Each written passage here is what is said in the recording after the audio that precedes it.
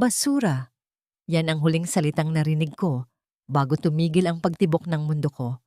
Habang dugo ang nakahandusay sa paanan ng hagdan, nakita ko ang asawa kong si Renzo na imbes na tulungan ako, ay mas piniling haplusin ang pisngi ng kanyang kabit. Akala nila natapos na ang laban ko sa gabing iyon. Pero hindi nila alam, doon palang isinisilang ang impyernong lalamon sa kanilang lahat. Ang akala nilang basahan, magiging apoy na tutupok sa kanilang karangyaan.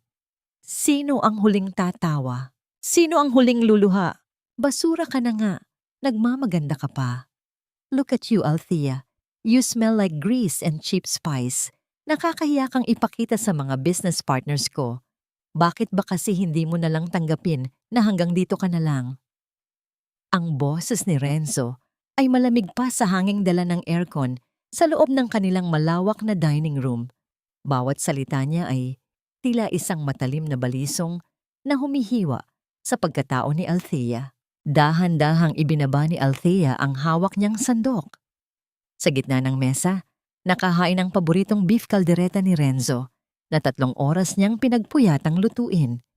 Ang kanyang mga daliri ay may benda pa dahil sa napaso siya sa mainit na kalan, at ang kanyang likod ay kumakabit na sa hapdi dahil sa maghapong paglilinis ng bahay bilang paghahanda sa kanilang 5th anibersaryo.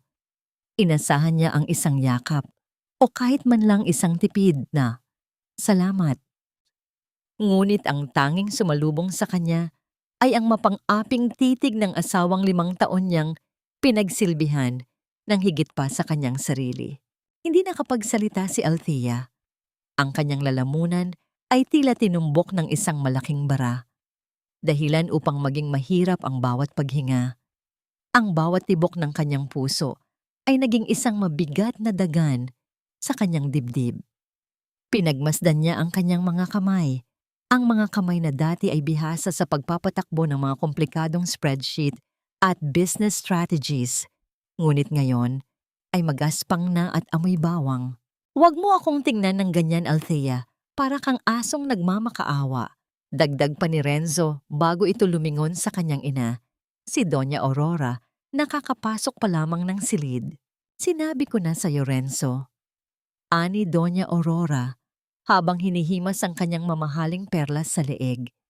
Ang kanyang mukha ay puno ng pandidiri habang nakatingin sa suot na apron ni Althea. Ang isang pusali, kahit lagyan mo ng ginto, pusali pa rin. Utang mo sa amin ang buhay ng tatay mo, Althea. Kung hindi dahil sa pera ng pamilya Navarro, namatay siyang dilat ang mata sa ospital. Ang pagsisilbi mo rito ay kulang pa para pambayad sa utang na loob mo. Isang malakas na pagbasag ng seramika ang bumasag sa katahimikan. Nabitiwan ni Althea ang platitong may lamang kanin. Ang mga butil nito ay nagkalat sa sahig, tila mga pangarap niyang isa-isang nadudurog sa harap ng 2 taong pinakamahalaga sa kanya. Ngunit sa halip na tulungan siya, ay tinitigan lamang siya ni Aurora nang may nanunuyang ngiti. "Ay nako, pati ba naman paghawak ng plato ay hindi mo kaya?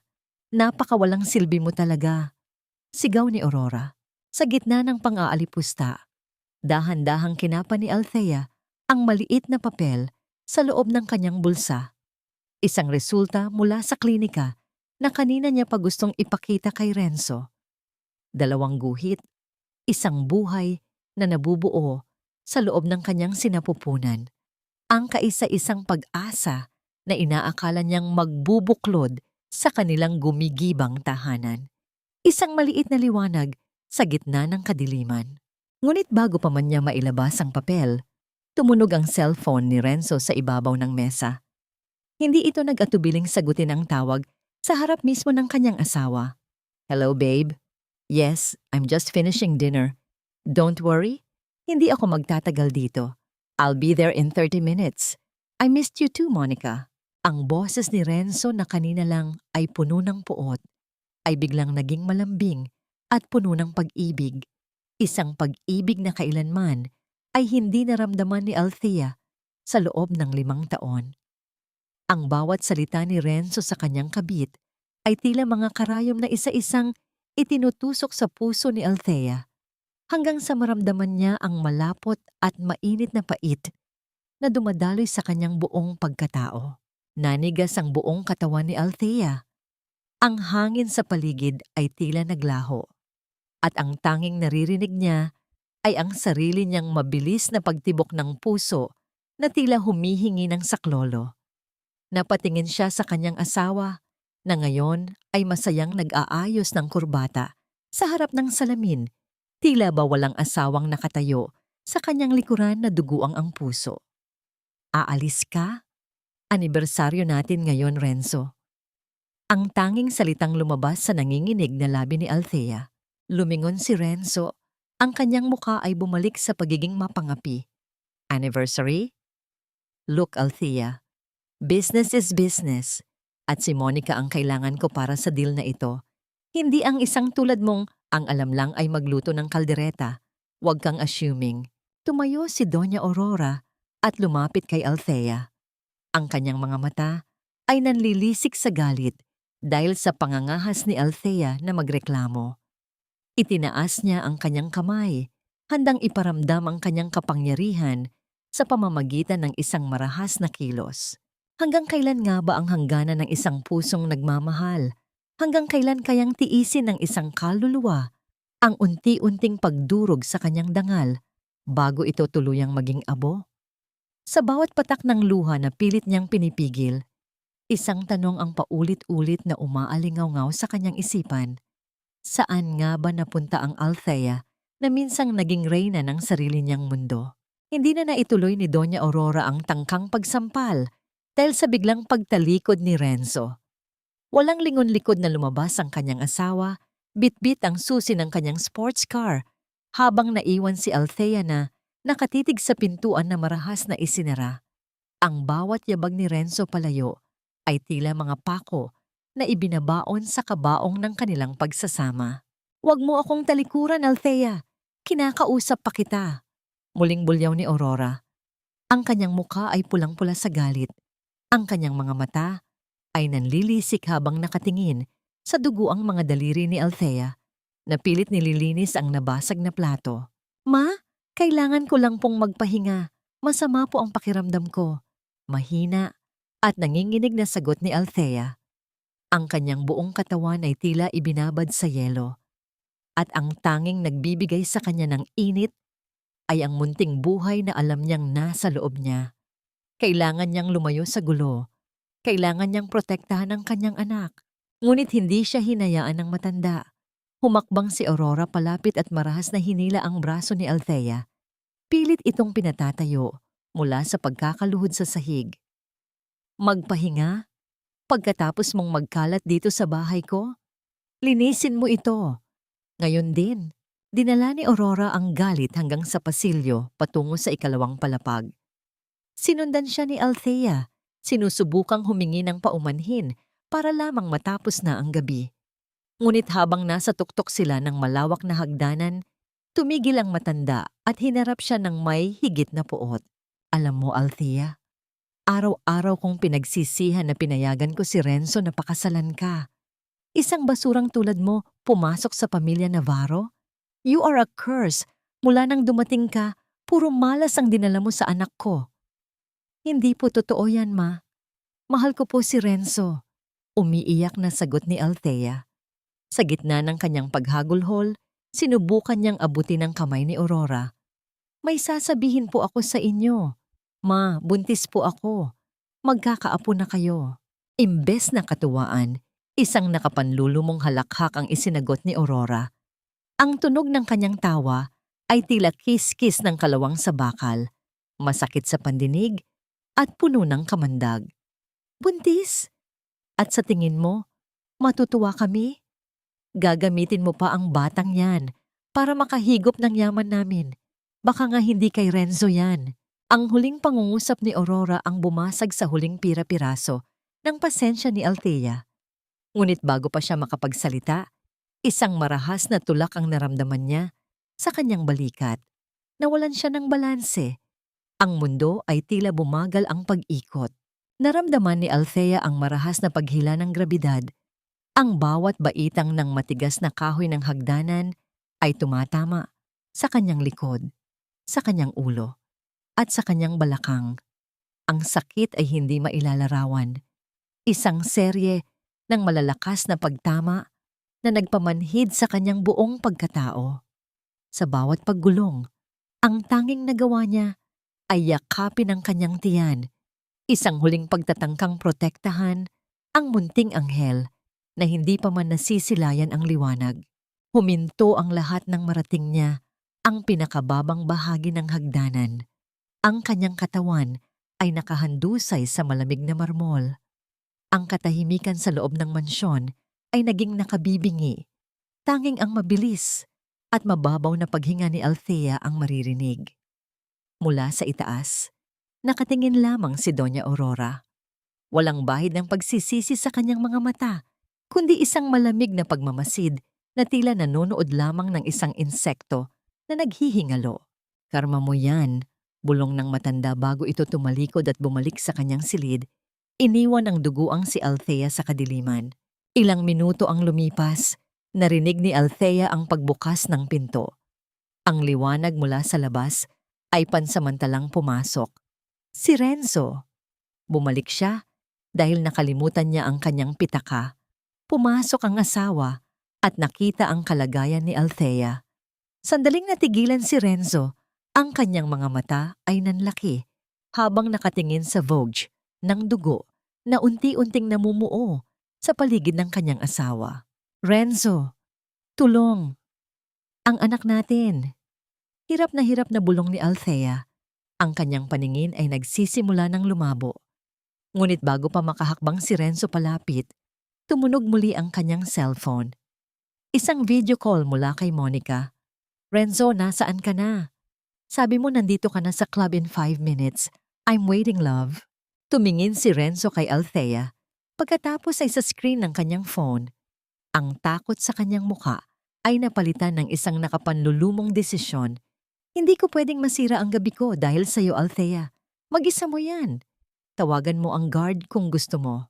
Kinuha ni Renzo ang kanyang pitaka sa ibabaw ng mesa malapit sa hagdan at mabilis na lumabas, iniwan ang kanyang asawa na nag-aagaw buhay. Ang huling nakita ni Althea, bago tuluyang magdilim ang kanyang paningin, ay ang likod ng lalaking pinag-alayan niya ng lahat, habang ang init ng sarili niyang dugo ay unti-unting nananakaw mula sa kanyang katawan. Ang bawat pagpikit ng mga mata ni Althea ay tila paglubog sa isang malalim at madilim na karagatan. Ang amoy ng antiseptic at ang malamig na haplos ng puting kumot ang unang bumati sa kanyang paggising. Sa itaas, ang puting ilaw ng ospital ay tila nanunuya sa kanyang kalagayan. Maliwanag, ngunit walang dalang init. Nasan ako? Mahinang tanong niya. Ang kanyang boses ay tila gasgas na plaka sa sobrang hina. Isang nurse ang lumapit at hinawakan ng kanyang kamay. Ang mga mata nito ay puno ng awa. Nasa ospital po kayo, Mrs. Navarro. Nakita kayo ng gwardya ng subdivision ninyo na nakahandusay sa labas ng pinto. Agad na kinapa ni Althea ang kanyang tiyan. Ang dating pag-asang nararamdaman niya roon ay napalitan ng isang nakakatakot na kahungkagan. Ang kanyang puso ay nagsimulang tumibok ng mabilis, isang kabog na tila nagbababala ng masamang balita. Pumasok ang isang doktor. Ang kanyang mukha ay seryoso habang hawak ang isang clipboard. Mrs. Navarro, ginawa namin ang lahat. Ngunit dahil sa tindi ng pagbagsak at sa dami ng dugong nawala sa inyo, I'm sorry, we couldn't save the baby. Ang mga salitang yon ay tila isang malakas na dagok na nagpabingi kay Althea. Walang luhang lumabas sa kanyang mga mata sa unang sandali. Sa halip isang matinding pamanhid ang bumalot sa kanyang buong pagkatao. Ang bawat bahagi ng kanyang puso ay tila naging abo. Tinangay ng hangin ng kawalan. Ang munting pangarap na binuo niya sa loob ng ilang oras ay gumuho at ang tanging naiwan ay ang malupit na katotohanan. Hindi pa man nagtatagal ang balita ng pagpanaw ng kanyang anak, bumukas ang pinto ng silid.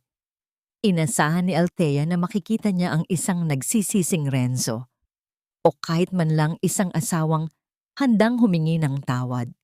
Ngunit ang pumasok ay si Renzo. Suot pa rin ang damit mula kagabi at sa likod niya ay nakabuntot ang kanyang ina na si Aurora. Walang lungkot sa kanilang mga mukha. Walang bakas ng puyat o pag-aalala. Mabuti naman at gising ka na. Bungad ni Renzo. Ang kanyang boses ay walang anumang emosyon. Masyado mong pinatagal ang usapan. Ayoko nang magpaligoy-ligoy pa. Inilapag ni Renzo ang isang makapal na folder sa ibabaw ng maliit na mesa sa tabi ng kama ni Althea. Ang tunog ng paglapag ng papel ay tila isang hatol ng kamatayan sa katahimikan ng silid. Divorce papers yan, Althea. Pirmahan mo na. Dagdag pa niya. Sabi ng mama, hindi ka na raw nararapat sa pamilya namin. At ngayong wala na rin naman pala ang alas mo. Iyang bata na sinasabi mo, wala na tayong dahilan para magsama pa. Tumingin si Althea sa kanyang asawa, pagkatapos ay sa kanyang biyenan. Si Aurora ay nakatayo sa dulo ng kama. Ang kanyang mga kamay ay nakakrus sa dibdib habang nakatingin nang may mapang-aping na ngiti. Huwag mo kaming tingnan ng ganyan, Althea. Muling pagsabat ni Aurora. Kasalanan mo rin naman ang nangyari. Kung hindi ka naging pabaya sa hagdan, hindi ka mawawalan ng anak. Pero sa tingin ko, mas mabuti na rin ito. Ayaw naming magkaroon ng apo na may dugong katulad ng sayo. Sa gitna ng matinding sakit, isang kakaibang pakiramdam ang nagsimulang gumapang sa loob ni Althea. Hindi na ito ang dating takot o ang pagnanais na magmakaawa. Ito ay isang malamig at matalim na galit. Isang apoy na nagsimulang magliyab mula sa mga abo ng kanyang pagkatao. Dahan-dahang kinuha ni Althea ang ballpen na inabot ni Renzo. Ang kanyang kamay ay hindi na nanginginig. Ang bawat pagpisil niya sa panulat ay tila paghawak sa isang sandata. Pinagmasdan niya ang kanyang pirma sa papel. Ang huling ugnayan niya sa lalaking naging impyerno ng kanyang buhay. Tapos na tayo, Renzo, sambit ni Althea. Ang kanyang boses ay hindi na galing sa isang biktima, kundi sa isang babaeng muling nahanap ang kanyang nawalang lakas. Pero tandaan niyo ito, lahat ng ibinigay ko sa inyo, lahat ng sakripisyong ginawa ko para manatiling matatag ang kumpanya mo nang hindi mo alam, babawiin ko. Natawa ng malakas si Renzo. Babawiin? Ano ang babawiin mo? Isang basurang tulad mo na walang pinag-aralan at walang alam, kundi ang maglinis ng bahay? You're nothing without me, Althea. You are a nobody. Hindi sumagot si Althea. Pinanood niya silang mag-inang lumabas ng silid, bit-bit ang tagumpay na inaakala nilang kanila na. Nang tuluyan ng sumara ang pinto, kinuha ni Althea ang kanyang lumang cellphone mula sa drawer ng bedside table. Isang cellphone na 5 taon niyang hindi ginamit. Dinial niya ang isang numero na matagal na niyang ibinaon sa limot. Ang bawat tunog ng pagring ay tila isang hakbang patungo sa kanyang dating mundo. Hello? This is Althea Navarro. Aniya sa wikang Ingles, ang kanyang tono ay professional at puno ng awtoridad. The Queen is coming back. Ihanda niyo ang lahat ng records ng Navarro Holdings. I want a full audit by tomorrow morning.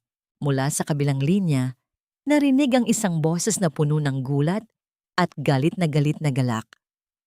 Ma'am Althea, is it really you? We've been waiting for 5 years. Ibinaling ni Althea ang kanyang tingin sa bintana ng ospital. Ang langit ay madilim, ngunit sa dulo nito ay may bakas na ng paparating na bukang liwayway. Ang kanyang mga mata ay hindi na naghahanap ng awa. Ang mga ito ay naghahanap na ng katarungan. Sino ang tunay na nagmamay-ari ng kapangyarihan sa likod ng pangalang Navarro? At ano ang gagawin ni Renzo kapag nalaman niyang ang babaeng itinuring niyang basura ay ang mismong utak na nagligtas sa kanya mula sa pagkabangkarote sa loob ng 5 taon? Naging kasing lamig ng semento ang bawat sulok ng mansyon ng mga Navarro ng gabing iyon.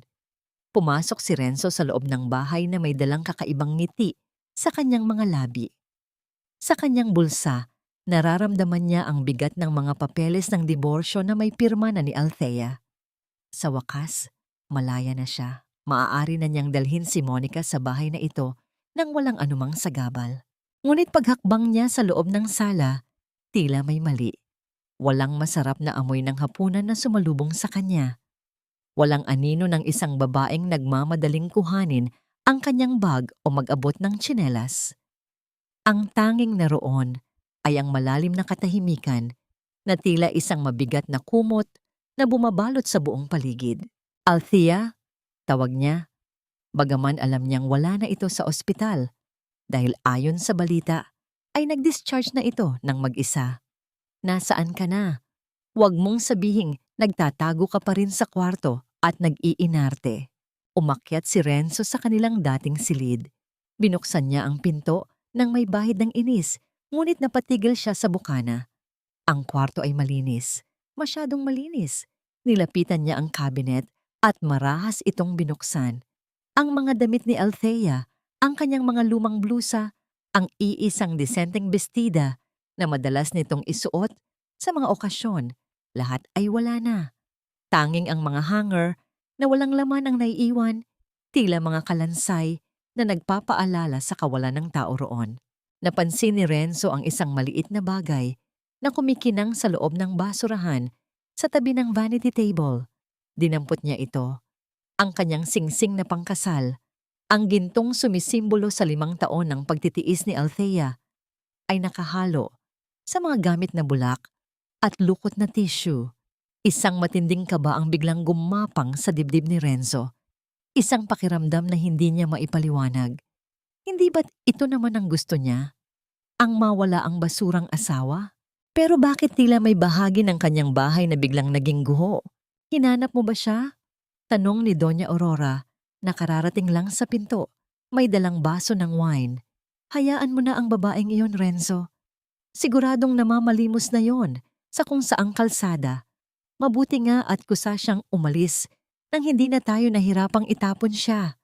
Ngunit habang nagdiriwang ang kanyang ina, hindi mapakali si Renzo. May isang pakiramdam sa kanyang sikmura na nagsasabing may nagsisimula ng magbago. Isang bagyong hindi nila nakikita. Sa kabilang dako ng lungsod, sa harap ng puting gusali ng ospital, isang itim na Mercedes-Benz S-Class ang dahan-dahang huminto sa tapat ng entrance. Ang katawan ng sasakyan ay kumikinang sa ilalim ng mga ilaw ng kalsada, isang simbolo ng yaman at kapangyarihan na bihirang makita sa bahaging iyon ng distrito. Lumabas ang isang lalaking naka-Amerikana, si Marcus, ang dating kanang kamay ni Althea. Sa kanyang mga kamay ay hawak niya ang isang tablet na naglalaman ng lahat ng mahahalagang impormasyon tungkol sa pagbagsak ng stocks ng Navarro Holdings sa huling 3 oras. Bumukas ang pinto ng ospital at lumabas si Althea. Hindi na siya ang babaeng duguang nakahandusay sa hagdanan. Bagaman maputla pa rin ang kanyang mukha, ang kanyang mga mata ay may taglay na talim na tila kayang humiwa ng bakal. Suot niya ang isang simpleng itim na coat na inihatid ni Marcos kanina. At ang kanyang bawat hakbang ay puno ng awtoridad na matagal niyang itinago sa loob ng kusina ng mga Navarro. Ma'am Althea, pagbati ni Marcos habang yumuyukod ng bahagya, isang kilos ng paggalang na tanging para sa isang reyna.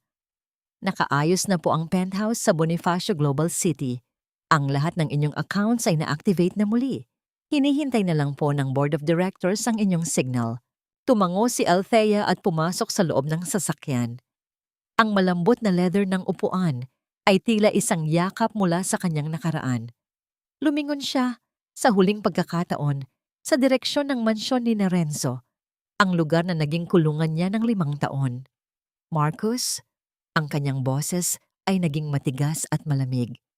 Simulan na ang liquidation ng lahat ng mga assets na nakapangalan sa akin sa ilalim ng kumpanya ni Renzo. I want them to feel the chill of the empty coffers by tomorrow morning. Copy, ma'am.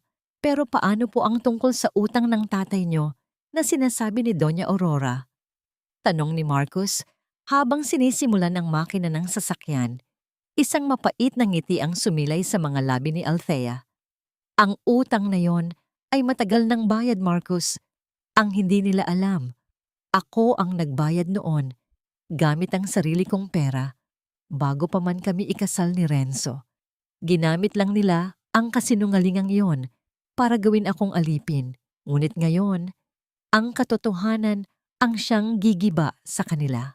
Habang papalayo ang sasakyan, naiwan ang isang malaking misteryo sa bawat taong nakakakilala sa mahirap na asawa ni Renzo. Saan siya pupunta? Sino ang mga taong sumundo sa kanya? At higit sa lahat, anong klaseng halimaw ang ginising ng pamilya Navarro sa puso ng isang babaeng wala nang natitira, kundi ang kanyang dangal? Ang babaeng nakikita mo sa salamin ay hindi na ang Althea na kilala mo. Patay na siya, kasama ng anak na ipinagkait niyo sa akin. Malamig ang tinig ni Althea habang nakatitig sa kanyang sariling refleksyon sa malawak na salamin ng kanyang bagong penthouse sa Bonifacio Global City. Hawak niya ang isang matalim na gunting. Walang pag-aalinlangan, naramdaman niya ang marahas na paggupit ng bakal sa kanyang mahabang buhok. Ang buhok na dati ay hinahaplos ni Renzo bago ito tuluyang naging magaspang dahil sa usok ng kusina. Bawat hibla ng buhok na nalalaglag sa malamig na sahig ay tila mga tanikala ng nakaraan na isa-isang napuputol. Ngayon, ang sumasalamin sa kanya ay isang babaeng may maikli at matalim na gupit. Mga matang hindi na lumuluha, kundi nag-aapoy sa determinasyon at isang tindig na muling nababalot ng awtoridad. Isinuot niya ang isang puting power suit na tila baluti laban sa mundong minsang tumapak sa kanya. Ma'am Althea, ang lahat ng files ng Navarro Holdings ay nasa harap niyo na, ani Marcus habang inilalapag ang isang ultra-slim na laptop sa marble na mesa. Gaya ng hinala niyo, ang kumpanya ay isang guhong gusali na pinipinturahan lamang ng ginto sa labas. Simula nang itigil niyo ang palihim na pag-aayos ng kanilang mga transaksyon noong nakaraang buwan, nagsimula na ang kanilang downward spiral. Isang mapait na ngiti ang sumilay sa labi ni Althea. Sa loob ng 5 taon, habang minamaliit siya ni Renzo bilang isang walang alam na may bahay, palihim niyang ginagamit ang kanyang mga lumang koneksyon at talino para isalba ang mga palpak na desisyon ng kanyang asawa. Ginawa niya iyon dahil sa pag-ibig, dahil sa utang na loob. Ngunit ngayon, ang kumpas ng kanyang mga kamay ay hindi na para magligtas, kundi para hayaan ng kalikasan na kuhanin ang nararapat na kabayaran. Tingnan mo ito, Marcos. Itinuro ni Althea ang isang serye ng mga transaksyon sa screen. Si Renzo ay gumagawa ng mga pekeng invoice para pagtakpan ang mga luho ni Monica at ang mga sugal ni Doña Aurora. Ang kumpanya ay wala ng liquid cash. Ang tanging nagpapanatili sa kanila ay ang tiwala ng mga investors, tiwalang nakasandal sa aking pangalan bilang asawa niya. Ano po ang susunod nating hakbang, ma'am? Tanong ni Marcus. Ang kanyang boses ay puno ng pananabik. Para sa kanyang pinunong muling nagbabalik, ipadala mo ang notice sa lahat ng major stockholders. Utos ni Althea, ang bawat salita ay tila isang utos ng isang general sa digmaan. Ipaalam mo sa kanila na si Althea Navarro ay hindi na bahagi ng board at ang lahat ng aking personal na investments ay opisyal ng binabawi. I want to see the panic in Renzo's eyes when he realizes that the garbage he threw away was actually the only thing keeping his world from collapsing.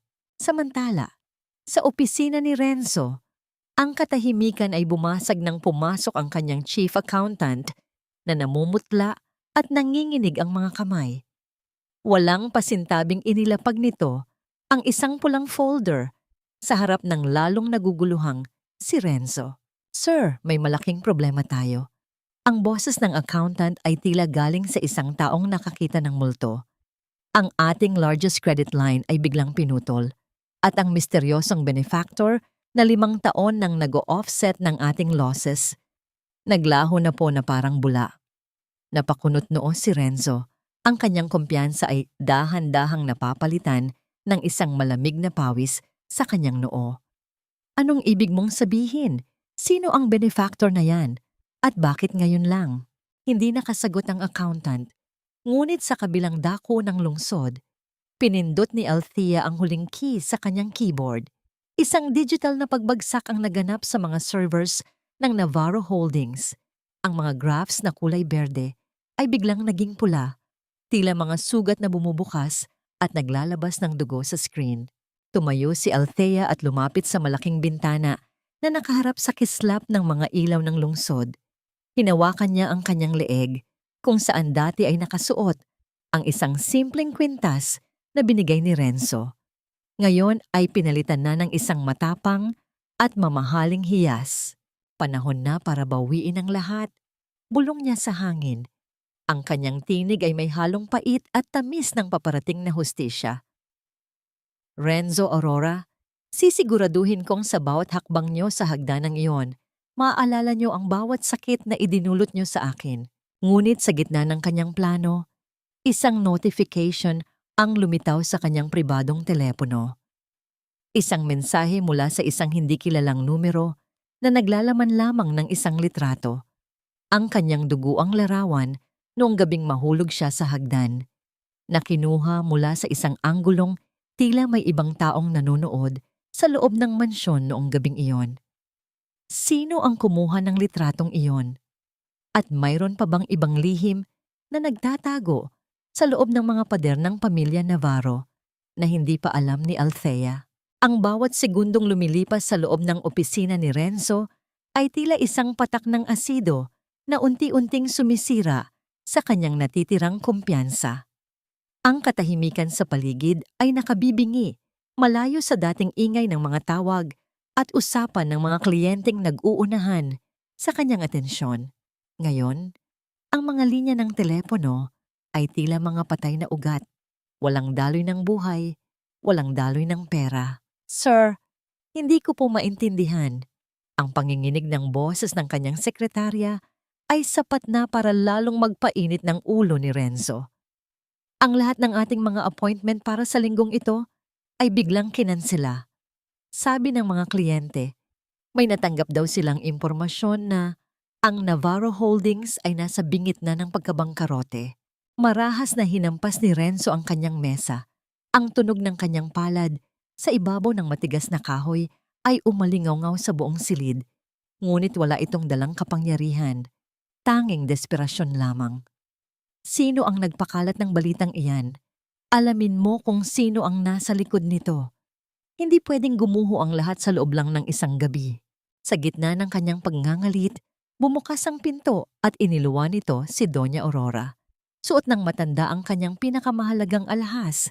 Tila hindi nito nararamdaman ang bagyong namumuo sa kanilang paligid.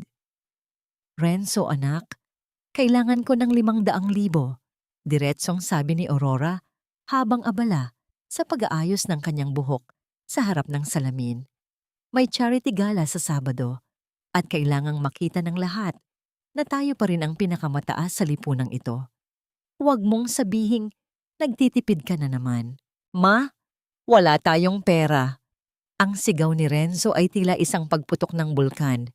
Naiintindihan niyo ba? Ang kumpanya ay unti-unti nang nilalamon ng utang. Ang lahat ng assets natin ay naka-freeze dahil sa isang biglaang audit. Napatigil si Aurora. Ang kanyang mukha ay nabalutan ng gulat na kalaunan, ay naging galit. Anong wala? Imposible. Saan napunta ang lahat ng kinikita mo? Baka naman ang babaeng si Althea ang nagnanakaw bago siya umalis? Sinasabi ko na nga ba, dapat ay matagal na nating ipinakulong ang basurang iyon. Sa kabilang bahagi ng lungsod, sa loob ng isang madilim na silid na tanging ang liwanag ng mga computer monitors ang nagbibigay ng buhay, tinititigan ni Althea ang larawang nakuha niya sa kanyang cellphone, ang kanyang duguang katawan sa paanan ng hagdan. Ang bawat detalye ng larawang yon ay nagpapanariwa sa hapdi ng kanyang pagkawala. Ang hapdi ng isang inang nawala ng pagkakataong mayakap ang kanyang anak. Nahanap mo ba kung saan nanggaling ang mensaheng ito, Marcus? Tanong ni Althea. Ang kanyang tinig ay malamig at puno ng pag-iingat. Galing ito sa isang burner phone, ma'am. Pero ayon sa location tag na nakuha ko, ang signal ay nagmula sa loob mismo ng mansyon ng mga Navarro noong gabing iyon. Paliwanag ni Marcus habang mabilis na nagtitipa sa keyboard. Ibig sabihin, may ibang tao sa loob ng bahay na nakakita sa inyo. Kumuha ng litrato, pero hindi kayo tinulungan. Naramdaman ni Althea ang isang malamig na kilabot na gumapang sa kanyang likuran. Sino ang taong iyon? At anong layunin niya sa pagpapadala ng larawang ito ngayon? Tila ang mansyong akala niya ay kabisado na niya ay may mas malalim at mas madidilim pang sikretong itinatago. Hayaan mo muna ang taong yon, Marcus, ani Althea habang tumatayo at lumalapit sa isang whiteboard na puno ng mga pangalan at koneksyon. Ang mahalaga ngayon ay ang bitag. Nakikagat na ba si Renzo? Opo, ma'am. Naghahanap na siya ng strategist na magliligtas sa kanya.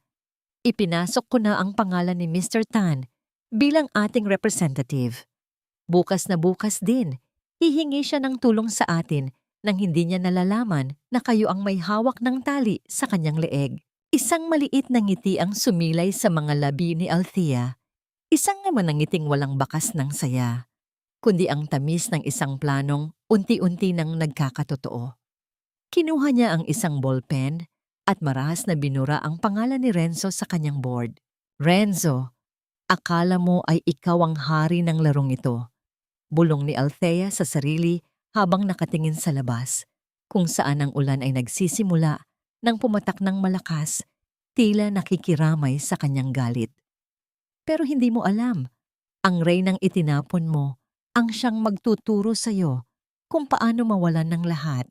Kinabukasan, sa isang sikat at tago na restaurant, dumating si Renzo na pawisan at bakas ang puyat sa kanyang mukha. Haharapin niya ang taong sinasabi ng lahat na makakapagligtas sa Navarro Holdings. Ngunit bago pa man siya makapasok sa private room, isang pamilyar na pabango ang dumaan sa kanyang ilong.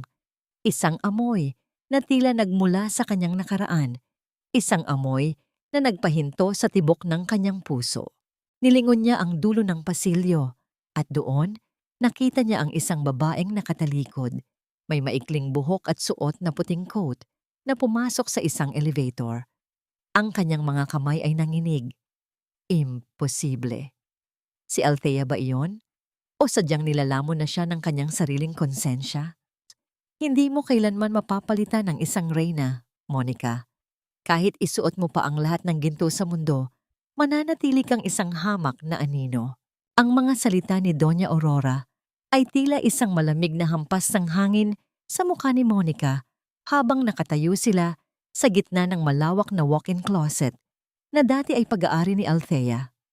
Sinusubukan ni Monica ang isang mamahaling bestida na kakabili lang ni Renzo para sa kanya. Ngunit sa bawat pagtingin niya sa salamin, ang nakikita niya ay hindi ang sarili niyang tagumpay, kundi ang kawalan ng kumpiyansa. Ma, bakit niyo ba palaging binabanggit ang babaeng iyon? Wala na siya, di ba? Umalis na siya dahil hindi niya kaya ang buhay rito. May halong inis na sagot ni Monica habang pilit na isinasara ang zipper ng kanyang damit. Isang mapait na ngiti ang sumilay sa labi ni Aurora habang hinihimas ang kanyang mga daliri sa mga bakanting hanger. Umalis siya, oo. Pero ang disiplina at ang ayos ng bahay na ito tila sumama sa kanyang pag-alis. Tingnan mo ang paligid mo, Monica. Magulo, maingay, at puno ng walang kwentang luho.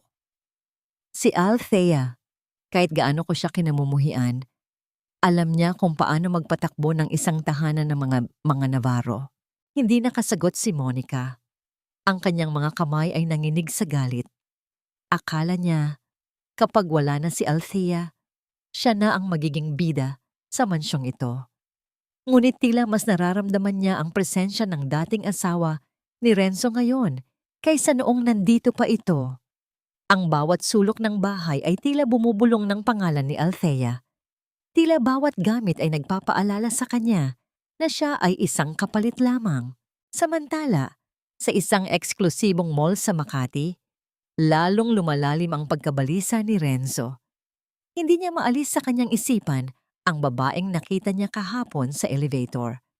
Ang paraan ng paglakad nito, ang tindig ng kanyang mga balikat, masyadong pamilyar.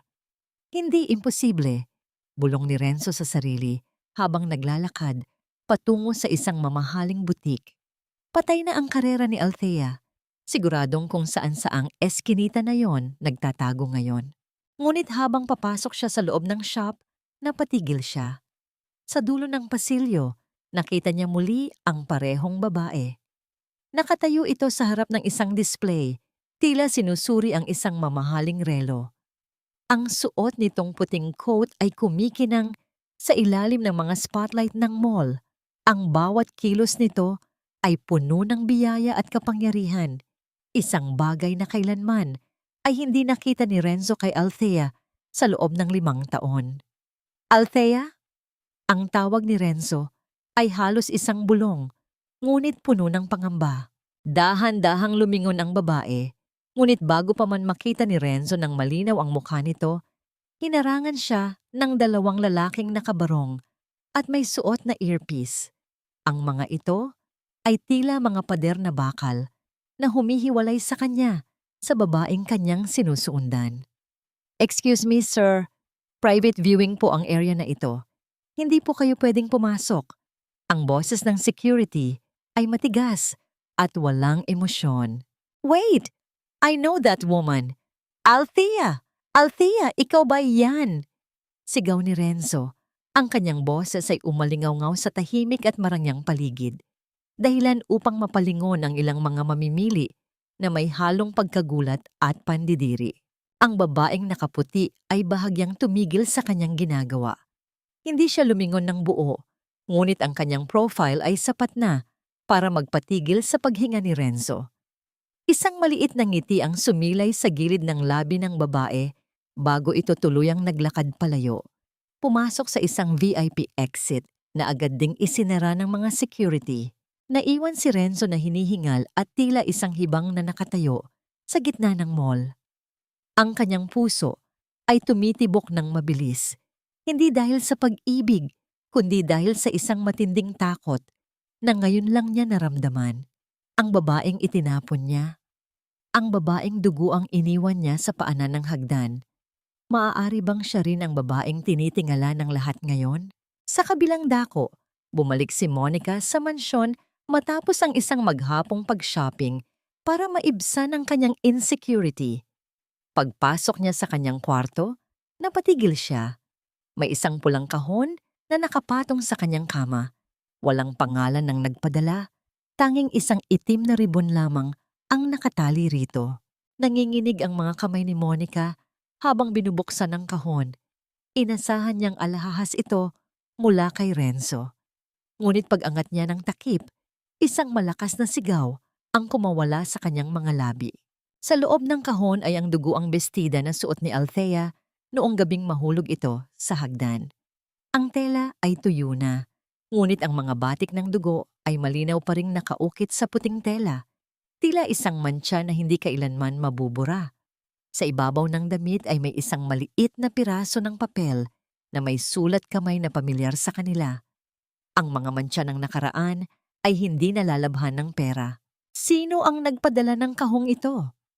At paano nito nakuha ang damit na akala ni Monica ay matagal na niyang ipinatapon sa basurahan? Tila ang anino ni Althea ay hindi lamang nagmamasid. Ito ay nagsisimula ng humawak at maningil. Sa wakas, sinasabi ko na nga ba, hindi basta-bastang babagsak ang isang Renzo Navarro. Ang halakhak ni Renzo ay umalingaw-ngaw sa loob ng kanyang opisina habang paulit-ulit na binabasa ang kontratang nasa kanyang harap. Ang Emerald Investment Group, isang higanteng kumpanya mula sa ibang bansa, ay nag-alok ng 1 bilyong pisong pondo para isalba ang Navarro Holdings. Para kay Renzo, ito ang kanyang huling alas. Ang patunay na siya ay isang henyo sa negosyo at hindi kailangan ang tulong ng kahit na sinong babae.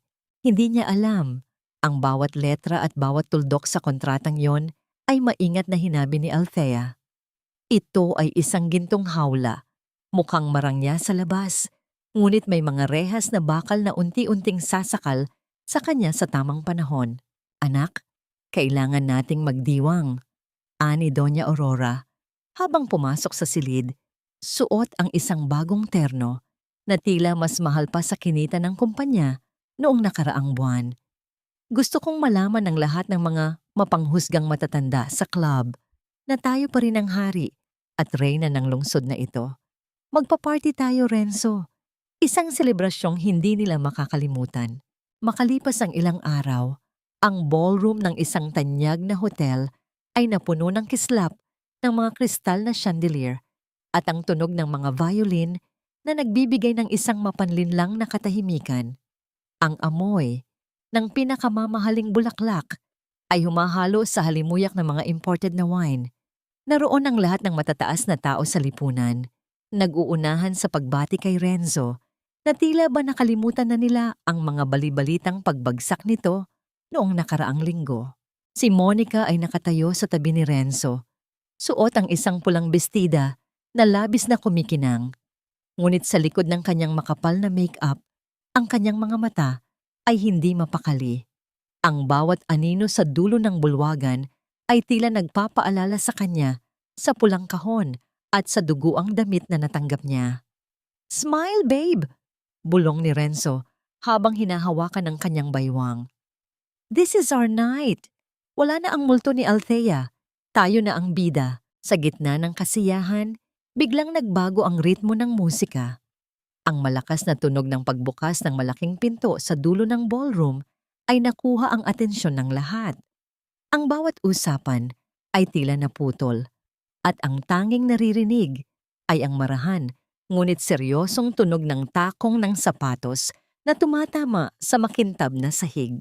Isang babae ang pumasok. Suot niya ang isang asul na bestida na kasing kulay ng malalim na karagatan. Ang kanyang muka ay natatakpan ng isang masaselang maskara na gawa sa pilak na tanging ang kanyang mga mata na tila mga bituin sa dilim ang nakikita.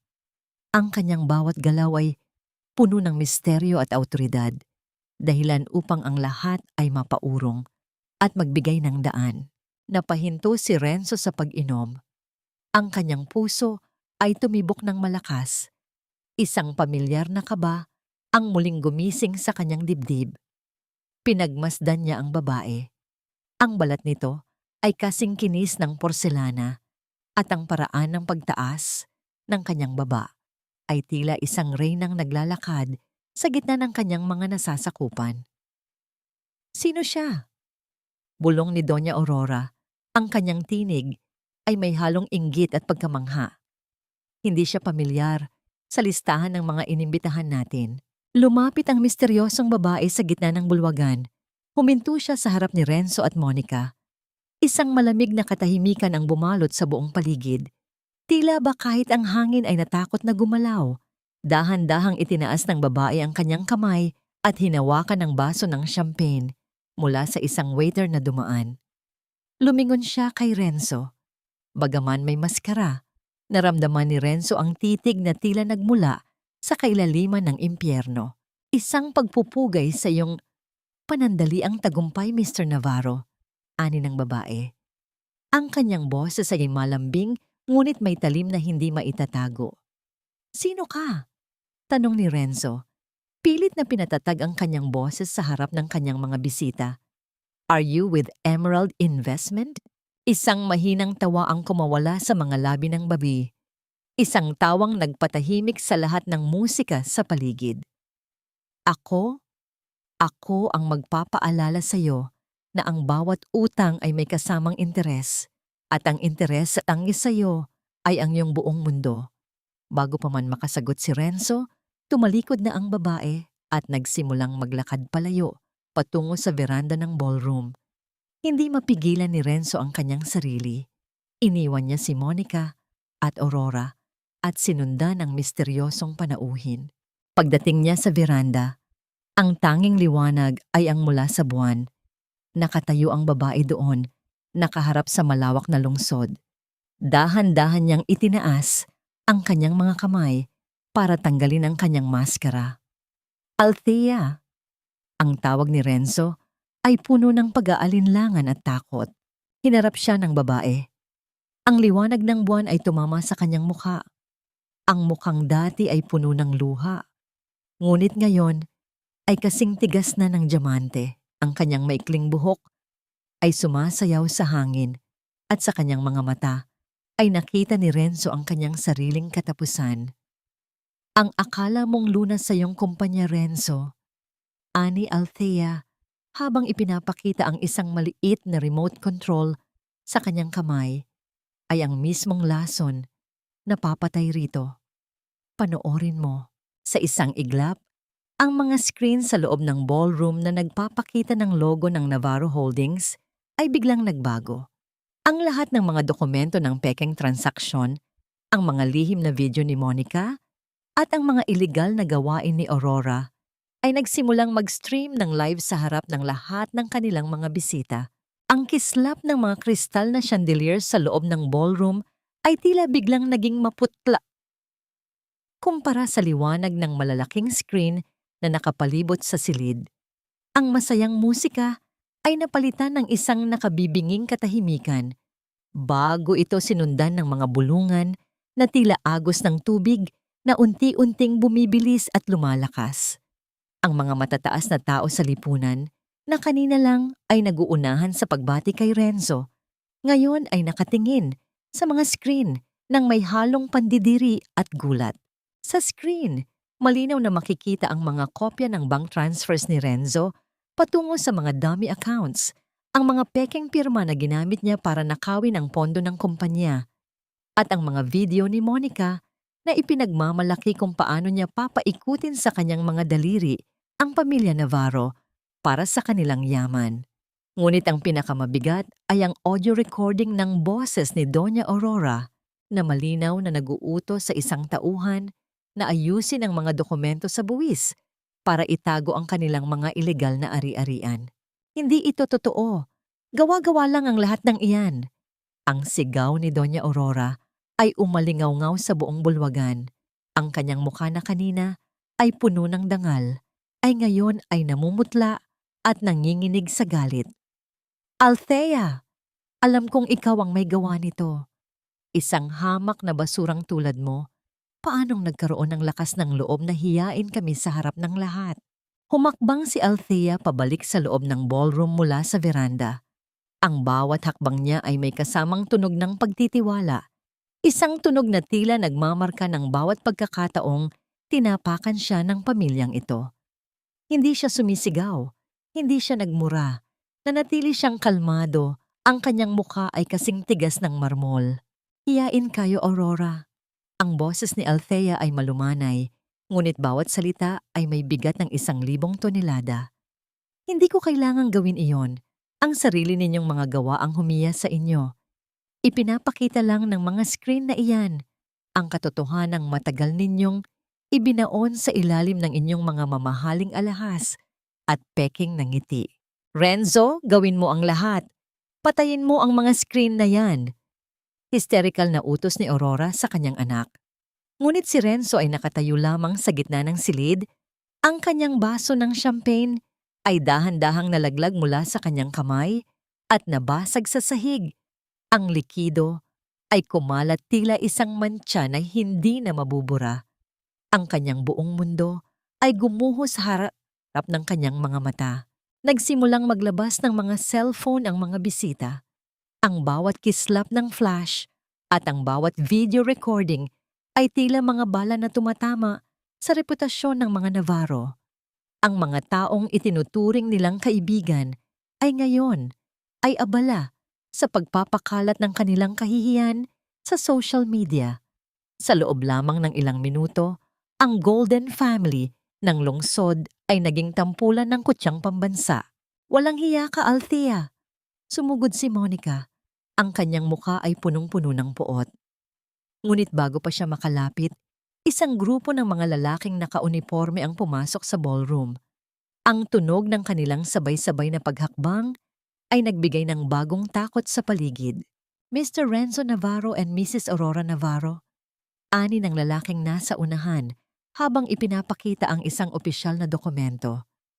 Kami ay mula sa National Bureau of Investigation. Mayroon kaming warrant of arrest para sa inyong dalawa dahil sa kasong malakihang estafa, tax evasion at money laundering. Ang hiyaw ni Doña Aurora ay naging isang mahabang hagulgol habang nararamdaman niya ang malamig na bakal ng posas sa kanyang mga kamay. Ang mga kamay na dati ay tanging perlas at ginto lamang ang hinahawakan. Si Renzo ay tila isang estatwa, walang emosyon habang inaakay siya palabas ng mga otoridad sa harap ng lahat ng taong hinangaan niya. Habang hinihila sila palabas, tumigil si Renzo sa tapat ni Althea. Ang kanyang mga mata ay puno ng pagsisisi, takot, at isang huling pag-asang baka maaari pa siyang tulungan ng babaeng dati niyang minahal. Althea, please. Tiningnan siya ni Althea ng diretso sa mga mata. Walang galit, walang saya, tanging isang malalim na kawalan. Sinabi ko sa iyo, Renzo, ang bawat utang ay may interes. Ang anak natin ang unang kinuha niyo. Ngayon, kinuha ko lang ang natitira sa inyo. Nakaalis na ang mga pulis at ang mga bisita, iniwan ang ballroom na punong-puno ng mga kalat at basag na kristal. Sa gitna ng katahimikan, lumapit si Marcos kay Althea. Ma'am, tapos na po. Ang lahat ng kanilang mga ari-arian ay opisyal nang naka-freeze at ang kumpanya ay nasa ilalim na ng inyong kontrol. Tumango si Althea. Ngunit ang kanyang paningin ay nakatuon sa isang maliit na piraso ng papel sa sahig. Isang invitation card para sa party na yon. Dahan-dahan niya itong tinapakan habang naglalakad siya palabas. Ang kanyang paghihiganti ay tapos na, ngunit ang tunay na laban para sa kanyang sariling kapayapaan ay magsisimula pa lamang. Sa labas ng hotel, habang isinasakay si Doña Aurora sa sasakyan ng pulis, isang grupo ng mga reporter at mga taong bayan ang nagkakagulo. Isang matandang babae na tila isa sa mga kapitbahay na dati nilang minaliit ang lumapit at isinigaw ang mga salitang tila naging huling pako sa kabaong ni Aurora. Akala mo ba ay hindi babalik ang lahat ng kasamaan mo? Ang langit ay hindi natutulog, Aurora. Tulungan mo ako, Althea. Please, ikaw lang ang makakapag-atras ng mga kasong ito. Gagawin ko ang lahat. Hihingi ako ng tawad sa harap ng maraming tao. Babalik ako sa iyo. Huwag mo lang akong hayaang mabulok dito. Ang boses ni Renzo ay nanginginig, punong-puno ng desperasyon habang nakaupo siya sa likod ng makapal na salamin ng detention center. Ang kanyang dating mamahaling suit ay gusot-gusot na, at ang kanyang buhok na dati ay laging maayos ay ngayon ay tila pugad ng ibon. Ang mga mata niyang dati ay puno ng yabang, ay ngayon ay namumula at puno ng takot. Sa kabilang panig ng salamin, nakaupo si Althea ng tuwid. Walang bakas ng awa sa kanyang mukha, habang nakasuot siya ng isang kulay abo na blazer na tila sumasalamin sa lamig ng kanyang kalooban. Inilapag niya ang kanyang Hermes na bag sa ibabaw ng mesa. Ang tunog ng pagtama ng metal na lock ng bag sa ibabaw ng matigas na lamesa ay umaling-awngaw sa tahimik na silid. Tila isang hatol na hindi na mababago. Babalik ka sa akin? Ang tanong ni Althea ay may kasamang mahinang tawa na hindi umabot sa kanyang mga mata. Sa tingin mo ba, Renzo, ang isang Althea Navarro ay tatanggap muli ng isang lalaking naging mitya ng kamatayan ng sarili niyang anak? Ang kapal din ng mukha mo. Patawarin mo ako. Hindi ko alam na ganun ang mangyayari. Si Mama ang nagtulak sa'yo. Hindi ako. Ang boses ni Renzo ay tumaas. Dahilan upang mapalingon ang gwardyang nakatayo sa may pinto. Ang tunog ng pag-atras ng upuan ni Renzo sa semento ay lumikha ng isang matinis at masakit na ingay sa pandinig. Ngunit hinayaan mo ako. Pagtatama ni Althea ang kanyang tinig ay naging kasing talim ng isang scalpel. Nakita mo akong dugo ang nakahandusay, Renzo. Narinig mo ang paghingi ko ng saklolo para sa anak natin. Pero ano ang ginawa mo? Mas pinili mong pumunta sa kabit mo dahil natatakot kang masira ang gabi mo. Doon pa lang, Pinatay mo na ang lahat ng pag-ibig na mayroon ako para sa'yo. Tumungo si Renzo. Ang kanyang mga balikat ay gumuho sa bigat ng katotohanan. Ngunit pagkaraan ng ilang sandali, muli siyang tumingin kay Althea.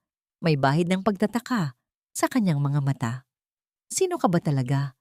Ang strategist na sinasabi ng lahat. Ang Emerald Enmeshment. Paanong naging ikaw iyon? Isang may bahay ka lang, Althea. Sa loob ng 5 taon, wala kang ibang ginawa kundi ang magluto at maglinis. Kinuha ni Althea ang isang folder mula sa kanyang bag at idinikit ito sa salamin para makita ni Renzo. Ito ang mga dokumento ng Navarro Holdings mula noong 2019 hanggang 2023. Tingnan mong mabuti ang mga annotation sa gilid. Hindi mo ba nakikilala ang sulat kamay na yan? Nanlaki ang mga mata ni Renzo. Ang bawat komplikadong formula at ang bawat estratehiyang nagligtas sa kanya sa mga nakaraang krisis ay may mga maliliit na marka sa gilid. Ang pirma ng isang AN. Ikaw ang gumagawa ng mga reports ko. Gabi-gabi, habang tulog ka na matapos kang manggaling sa mga party mo, inaayos ko ang mga kalat mo. Ani Althea. Ako ang guardian angel na sinasabi ng board of directors mo. Ako ang dahilan kung bakit hindi ka bumagsak noon pa man. Ginamit ko ang talino ko para protektahan ang lalaking akala ko ay mahal ko. Pero ngayon, ginamit ko ang parehong talino para gibain ang lahat ng itinayo ko para sa'yo. Ang katahimikan sa pagitan nila ay naging mas lalong mabigat. Ramdam ni Althea ang isang matinding pait sa kanyang lalamunan, ngunit hindi siya papayag na makita ni Renzo ang anumang kahinaan. Napatingin siya sa kanyang mga kamay. Ang mga peklat mula sa paso ng kalan ay naroon pa rin, ngunit ngayon ay tila mga medalya ng kanyang pakikipaglaban. Tapos na ang laro, Renzo. Pagpapatuloy ni Althea. Ang kumpanya ay akin na.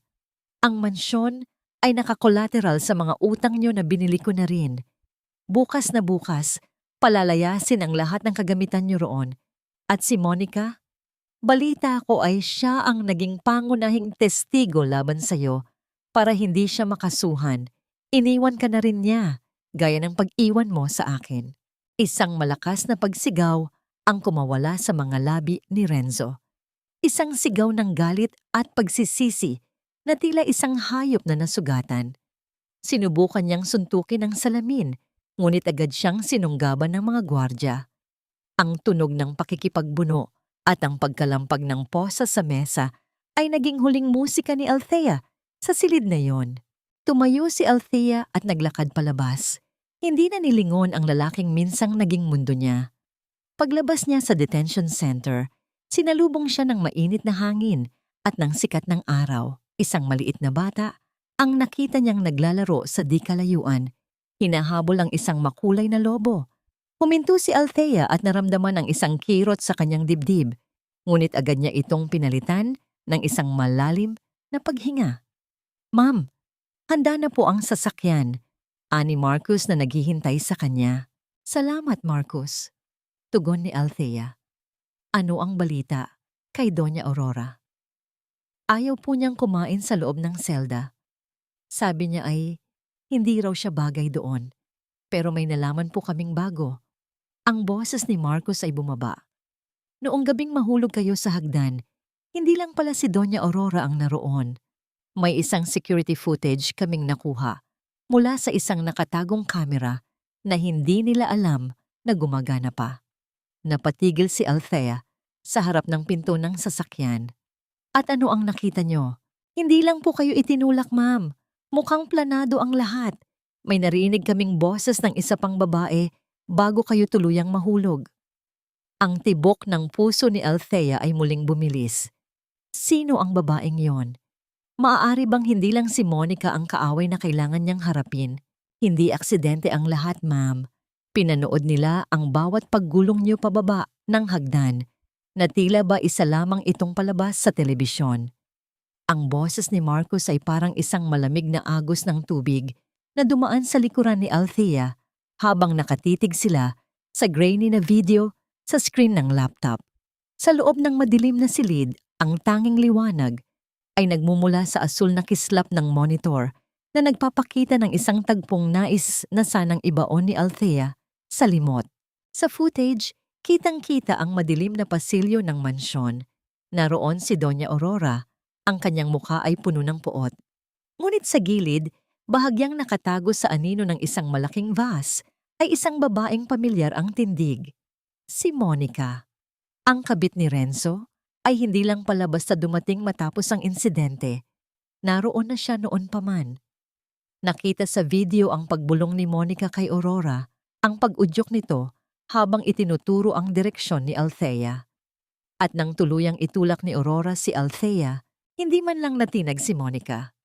Sa halip, dahan-dahan niyang kinuha ang kanyang cellphone at kumuha ng larawan, ang mismong larawang ipinadala sa burner phone ni Althea. Naramdaman ni Althea ang panunuyo ng kanyang lalamunan. Ang kanyang mga daliri ay dahan-dahang bumaon sa malambot na tela ng kanyang upuan. Ang galit na akala niya ay naubos na niya sa pagpapabagsak kay Renzo ay muling nag-alab, mas matindi at mas mapanira. Plano nila ito, Marcos. Ang boses ni Althea ay galing sa kailaliman ng kanyang dibdib. Alam nilang buntis ako. Alam nilang ang batang ito ang tanging dahilan kung bakit nananatili ako sa tabi ni Renzo. Pinatay nila ang anak ko para lang makuha ang posisyon ko. Ano po ang gagawin niyo, ma'am? Tanong ni Marcos. Ang kanyang mga mata ay puno ng pag-aalala para sa kanyang pinuno. Si Monica ay kasalukuyang nakikipag-ugnayan sa mga otoridad para maging state witness. Kapag naging matagumpay siya, maaari siyang makalaya ng walang anumang parusa. Isang malamig na tawa ang kumawala sa mga labi ni Althea. Tumayo siya at lumakad patungo sa malawak na bintana ng kanyang opisina. Sa labas, ang mga ilaw ng lungsod ay tila mga hiyas na naglalaban sa dilim. Ngunit sa paningin ni Althea, ang lahat ng yon ay walang saysay kung ang katarungan ay hindi ganap. Hindi ko hahayaang mangyari iyon, ani Althea, habang pinagmamasdan ang kanyang refleksyon sa salamin. Gusto ni Monica na maging bida?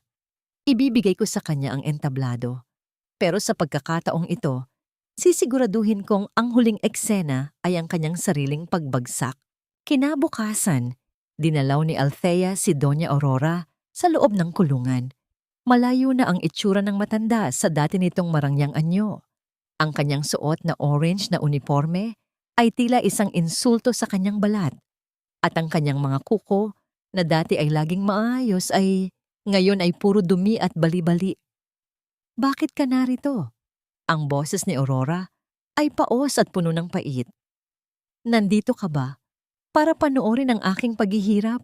Masaya ka na ba, Althea? Hindi pa ako masaya, Aurora. Tugon ni Althea habang nakatayo sa harap ng rehas. Nandito ako para bigyan ka ng isang pagkakataon. Isang pagkakataon para hindi mabulok sa loob ng seldang ito habang buhay. Napatigil si Aurora. Ang kanyang mga mata ay nagkaroon ng bahid ng pag-asa. Anong kailangan mong gawin ko? Inilabas ni Althea ang isang recorder mula sa kanyang bulsa. Ikwento mo sa akin ang lahat. Ang plano niyo ni Monica, ang pag-udyok niya sa iyo na itulak ako. Ibigay mo sa akin ang katotohanan at sisiguraduhin kong ang iyong sentensya ay mababawasan habang si Monica ay kukuha ng lugar na nararapat para sa kanya. Isang sandali ng katahimikan ang namayani sa pagitan ng dalawang babae. Ang tanging naririnig ay ang mahinang pagpatak ng tubig mula sa isang tumutulong gripo sa dulo ng pasilyo at ang malayong tunog ng pagsara ng mga bakal na pinto. Naramdaman ni Aurora ang bigat ng desisyong nasa kanyang harap. Ang pag-ibig niya sa kanyang anak ay wala na. Tanging ang sarili niyang kaligtasan ang mahalaga. Si Monica. Simula ni Aurora, ang kanyang boses ay nanginginig. Siya ang may ideya ng lahat. Sabi niya, kapag wala na ang bata, madali ka na naming mapapaalis.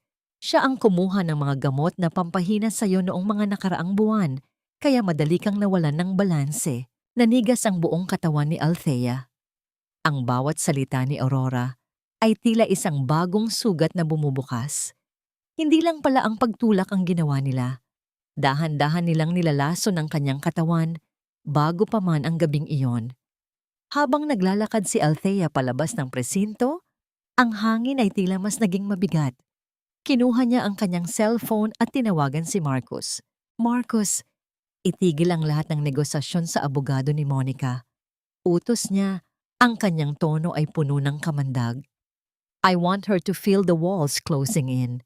Sabihan mo ang ating mga contact sa media. Ilabas ang second woman footage. Let the public see who the real monster is. Sa kabilang dako, sa isang tago na apartment, masayang nag-eempake si Monica. Akala niya ay tapos na ang kanyang problema. Inisip niya na sa paglipas ng ilang linggo, makakasakay na siya ng eroplano patungo sa ibang bansa gamit ang perang naitabi niya mula kay Renzo. Ngunit nang buksan niya ang telebisyon, ang kanyang muka ay nasa bawat channel. Ang video ng kanyang pagbulong kay Aurora sa hagdanan ay paulit-ulit na ipinapalabas. Ang tunog ng pagkatok sa kanyang pinto ay tila isang hatol ng kamatayan. Hindi ito ang mahinang katok ng isang kaibigan, kundi ang mabigat at seryosong katok ng mga otoridad. Napaupo si Monica sa sahig. Ang kanyang mga pangarap ng karangyaan ay naglaho na parang usok. Sa labas ng kanyang bintana, nakita niya ang isang itim na sasakyan na dahan-dahang dumadaan. Sa loob ng sasakyang yon, nakita niya ang isang pares ng mga mata na nakatingin sa kanya. Ang mga mata ni Althea Navarro, na ngayon ay wala ng bahid ng awa. Saan hahantong ang huling pagtutuos na ito?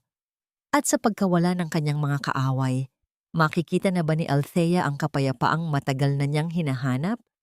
O ang anino ng nakaraan ay mananatiling nakakapit sa kanyang puso? Huwag mo akong hawakan. Hindi mo ba alam kung sino ang kinakausap mo? Ako si Doña Aurora Navarro. Hindi ako nababagay sa madumi at mabahong lugar na ito. Ang boses ni Aurora ay pumiyok sa gitna ng malamig na pasilyo ng provincial jail. Ang dating matikas at mapagmataas na babae ay ngayon ay kailangang hawakan sa magkabilang braso ng mga babaeng gwardya dahil sa kanyang pagpupumiglas.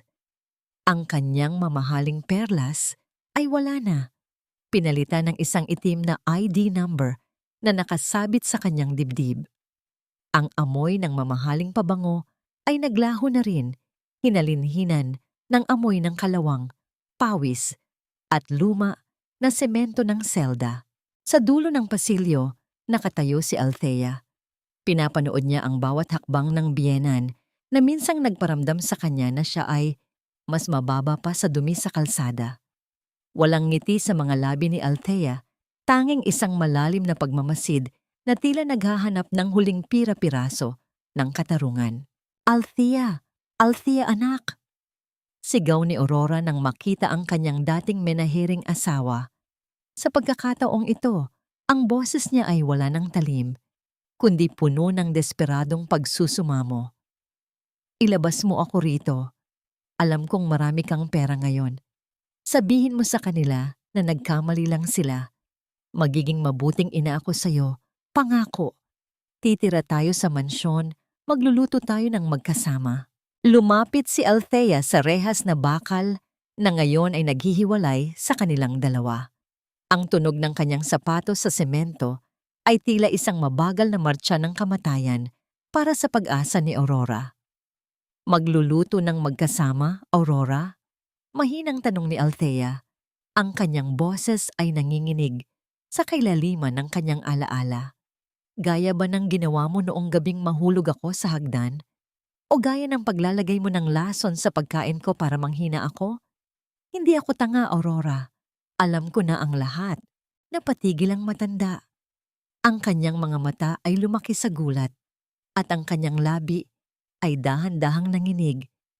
Hindi ko ginawa yon. Si Monica ang may gusto nyon. Pinaniwala niya ako na masama kang impluensya kay Renzo. At naniwala ka naman dahil mas matimbang sa'yo ang yaman kaysa sa buhay ng sarili mong apo. Dugtong ni Althea. Inilabas niya ang isang maliit na puting kahon mula sa kanyang bulsa at dahan-dahang inilapag sa sahig sa tapat ng rehas. Sa loob ng kahon ay isang pares ng maliliit na sapatos ng sanggol, kulay asul, na binili ni Althea noong unang araw na malaman niyang siya ay nagdadalang tao. Ang mga sapatos na yon ay hindi kailanman nagamit, mananatiling malinis at bago, tila isang alaala ng buhay na hindi kailanman nabigyan ng pagkakataon. Alam mo ba, Aurora? Noong gabing itulak mo ako, ang huling naisip ko ay hindi ang sarili ko. Naisip ko, baka kapag nakita mo ang batang ito, magbabago ka. Baka kapag nayakap mo ang apo mo, matututo kang magmahal ng totoo. Ani Althea, habang ang isang mainit na luha ay dahan-dahang dumaloy sa kanyang pisngi. Pero pinatay mo siya. Pinatay mo ang kaisa-isang tao na magmamahal sa iyo ng walang hinihinging kapalit. Napaupo si Aurora sa malamig na sahig ng selda. Ang kanyang mga kamay ay dahan-dahang dumampi sa rehas, tila sinusubukang abutin ang maliliit na sapatos sa labas. Isang matinding pait ang lumitaw sa kanyang muka nang mapagtanto niya ang laki ng kanyang nawala. Hindi lang yaman, hindi lang reputasyon, kundi ang pagkakataong maging isang lola, ang pagkakataong magkaroon ng pamilyang totoo. Patawarin mo ako, Althea, patawad. Ang hagulgol ni Aurora ay nagsimulang mamuo, isang tunog na puno ng pagsisisi na tila nanggagaling sa pinakamalalim na bahagi ng kanyang kaluluwa. Ang kanyang mga balikat ay nanginginig, at ang kanyang noo ay sumandal sa malamig na bakal ng rehas. Ang kapatawaran ay hindi galing sa akin, Aurora. Galing iyon sa langit. Tugon ni Althea bago siya dahan-dahang tumalikod. Diyan ka na. Mabulok ka sa seldang ito, kasama ang lahat ng ginto at perlas na inakala mong magliligtas sa iyo. Pero sa gabi, kapag tahimik na ang paligid, maaalala mo ang tunog ng pagbagsak ko at ang iyak ng sanggol na hindi mo kailanman maririnig. Habang naglalakad si Althea palayo, ang boses ni Aurora ay umalingaw-ngaw sa buong pasilyo ng presinto. Isang mahaba at nakapangingilabot na sigaw ng isang inang nawala ng lahat dahil sa sariling kasakiman. Ang mga ibang bilanggo ay nagising at nagsimulang mag-ingay, ngunit ang sigaw ni Aurora ay nanatiling pinakamalakas, tila isang sumpa na habang buhay na mananatili sa loob ng 4 na sulok ng kanyang bagong tahanan. Paglabas ni Althea sa gate ng presinto, naramdaman niya ang isang bahagyang gumaan na pakiramdam sa kanyang dibdib. Ngunit bago siya makarating sa kanyang sasakyan, isang lalaki ang humarang sa kanya. Hindi ito si Marcus. Ang lalaki ay suot ang isang itim na jacket at ang kanyang mukha ay pamilyar. Isa sa mga dating gwardya ng mansyon na biglang naglaho noong gabing iyon. Ma'am Althea, bulong ng lalaki. Ang kanyang boses ay puno ng takot. May kailangan po kayong malaman. Hindi lang po si Monica at si Doña Aurora ang naroon sa hagdanan noong gabing iyon. May isa pa pong sasakyan na nakapark sa labas. At may nakita akong isang taong kumuha ng dugo ang kumot nyo bago dumating ang ambulansya. Napatigil ang mundo ni Althea. Sino ang taong iyon? Hindi ko po nakita ang mukha, pero meron po siyang tatak sa braso. Isang tatak ng isang pamilyang kaagaw nyo sa negosyo ngayon. Ang bawat puting talulot ng liryo ay tila isang dalangin na unti-unting nalalagas sa harap ng maliit na puntod na ito. Dahan-dahang lumuhod si Althea sa harap ng malamig na marmol. Walang nakaukit na pangalan. Tanging ang aming anghel at ang petsa ng gabing iyon ang mababasa. Ang sikat ng araw ay tumatagos sa mga dahon ng malalaking puno sa sementeryo. Lumilikha ng mga aninong tila sumasayaw sa paligid. Ang katahimikan sa lugar na ito ay hindi nakatatakot. Sa halip, ito ay tila isang mainit na yakap na matagal nang hinahanap ni Althea. Hinaplos niya ang ibabaw ng marmol. Ang lamig ng bato ay tila dumatay sa kanyang balat, diretso sa kanyang puso. Narito ang lahat ng kanyang pangarap, ang mga tawa na hindi niya maririnig, ang mga hakbang na hindi niya makikita, at ang pag-ibig na hindi niya kailanman maipadadama. Sa gitna ng kanyang tagumpay sa mundo ng negosyo, sa likod ng kanyang mga mamahaling suit at matatapang na salita, nanatili siyang isang inang naghahanap ng katarungan para sa kanyang anak. Ma'am Althea, tama na po ang pag-iyak. Siguradong nakikita kayo ng bata. At hindi rin siya natutuwa na makita kayong ganyan. Isang malambot na kamay ang pumatong sa kanyang balikat. Lumingon si Althea at nakita si Nanay Ising. Ang kanyang matandang yaya noong bata pa siya, na siyang kaisa-isang taong tumulong sa kanya noong mga panahong itinaboy siya ng lahat. Ang mukha ni Nanay Ising ay puno ng mga kulubot ng panahon, ngunit ang kanyang mga mata ay nagtataglay ng isang uri ng pag-unawa na tanging isang ina lamang ang makapagbibigay. Nanay, bakit ganoon? Nakuha ko na ang lahat. Bagsak na sila Renzo. Akin na ang kumpanya. Pero bakit pakiramdam ko mas masakit pa ngayon kaysa noong wala akong kasingko? Ang boses ni Althea ay pumiyok. Ang kanyang mga balikat ay dahan-dahang nayanig sa tahimik na paghagulgol. Umupo si Nanay Ising sa tabi niya, tila hindi alintana ang dumi sa damuhan. Dahil ang paghihiganti, Althea, ay parang pag-inom ng lason at pag-asang ang kaaway mo ang mamatay. Natapos mo na ang laban sa labas, anak. Ngayon, ang laban naman sa loob ng puso mo ang kailangan mong harapin. Ang kapatawaran ay hindi para sa kanila, kundi para sa sarili mo, para makahinga ka na ng maluwag. Nanatili silang magkasama sa ilalim ng puno, habang ang tunog ng mga huni ng ibon at ang marahang pagaspas ng hangin sa mga sanga ay nagsilbing musika sa kanilang pag-uusap. Doon, sa harap ng puntod ng kanyang anak, hinayaan ni Althea na bumuhos ang lahat ng sakit na 5 taon niyang itinago. Ang bawat patak ng kanyang luha ay tila paghuhugas sa kanyang madilim na nakaraan. Isang matangkad na anino ang dahan-dahang lumapit sa kanila. Ang tunog ng pagyapak ng sapatos sa mga tuyong dahon ay naging hudyat ng pagdating ng isang panauhin. Tumingala si Althea at napatigil. Ang lalaki ay suot ang isang simpleng puting polo. Ang kanyang mukha ay seryoso, ngunit may bakas ng kabutihan. Julian? Ang tawag ni Althea ay puno ng gulat. Si Julian ang kanyang matalik na kaibigan noong kolehiyo. Ang lalaking palihim siyang minahal, ngunit pinili niyang iwan para kay Renzo. 5 taon na ang nakalilipas mula nang huli silang magkita. Akala ni Althea ay nasa ibang bansa na ito at mayroon ng sariling pamilya. Althea, matagal na kitang hinahanap. Ani Julian, ang kanyang boses ay malalim at tila nagdadala ng mga alaala ng isang panahong ang lahat ay simple pa. Lumapit siya at inilapag ang isang maliit na asul na teddy bear sa tabi ng mga liryo. Nabalitaan ko ang lahat. I'm sorry. I'm so sorry. Naramdaman ni Althea ang isang kakaibang init sa kanyang dibdib. Hindi ito ang uri ng init na dulot ng galit, kundi ang init ng isang pagkakaibigang akala niya ay tuluyan ng naglaho. Tumayo siya at pinagpag ang kanyang damit. Sinusubukang ayusin ang sarili sa harap ng lalaking nakakita ng kanyang pinakamahina at pinakamalakas na bersyon. Anong ginagawa mo rito, Julian? Paano mo nalaman na nandito ako? Tanong ni Althea. Hindi iyon ang mahalaga ngayon. Sagot ni Julian habang tinititigan ng diretso si Althea sa mga mata. Narito ako dahil may hawak akong impormasyon na hindi nakuha ni Marcus.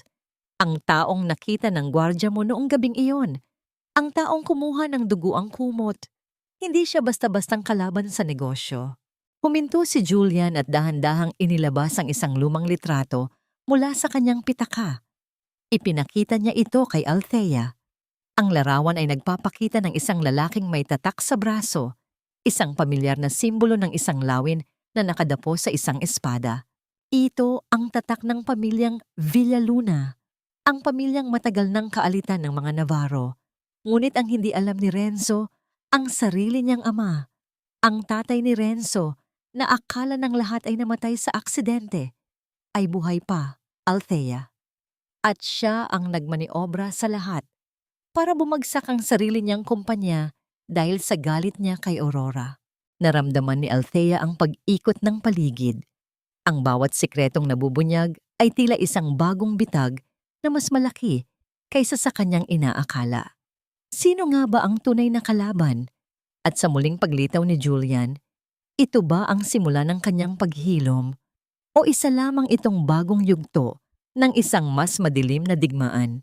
Ang katotohanan ay tila isang bagong lason, ngunit sa pagkakataong ito, ako na ang may hawak ng panlaban.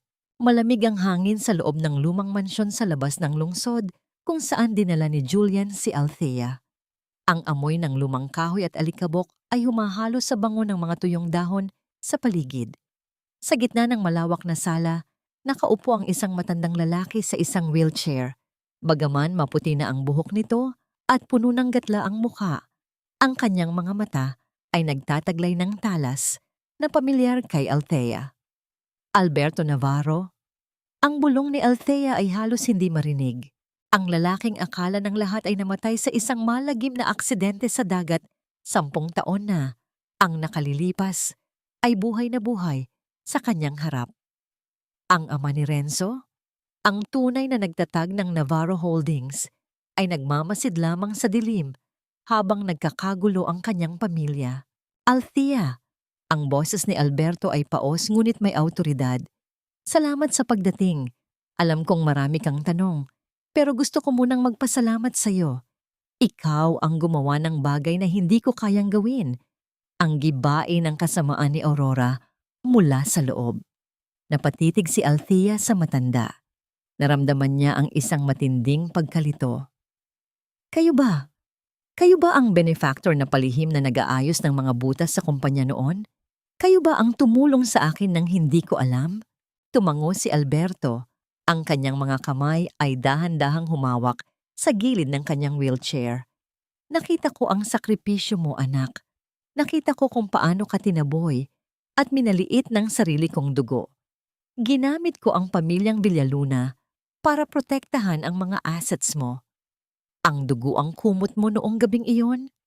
Ako ang kumuha noon. Iyon ang ebidensyang gagamitin ko sana para pabagsakin sila.